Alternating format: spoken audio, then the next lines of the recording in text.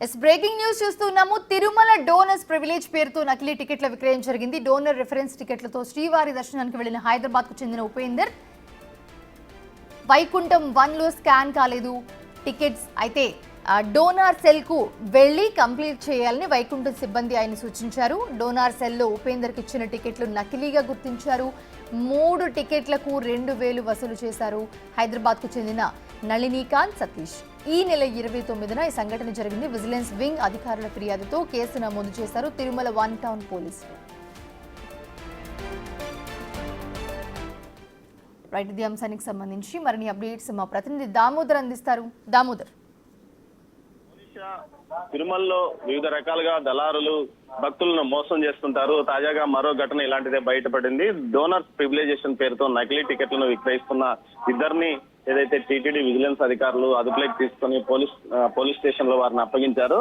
ఏదైతే donors ticket ద్వారా 10,000 రూపాయలు ఇది బ్రేక్ దర్శనం టికెట్లు ఇప్పిస్తామంటూ హైదరాబాద్ కి చెందిన ఉపేందర్ వద్ద నుంచి 21,000 రూపాయలు నగదు వసూలు చేసినట్టు తెలుస్తుంది. వసూలు చేసిన వారు కూడా నల్లికాంత్ సతీష్ అనే ఇద్దరు హైదరాబాద్ కి చెందిన దళారులు.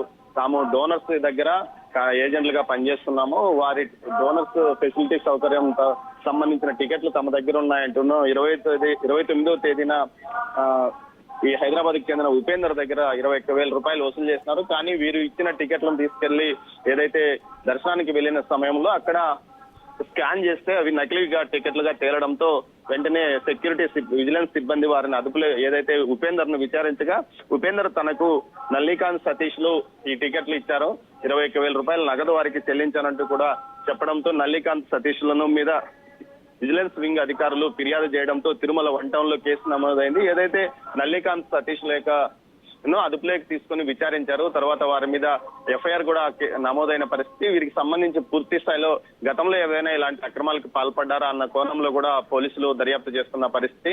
మొత్తం మీద ఇలాంటివి ప్రతిరోజు ఏదో విధమైన రూములు అద్దెకు ఇప్పిస్తామంటూ కొంతమంది, అదే విధంగా ఏదైతే టికెట్లు దర్శనం కలుగజేస్తామంటూ ప్రతిరోజు ఏదో ఒక విధంగా దళారులు తమ దందాన్ని కొనసాగిస్తున్నారు.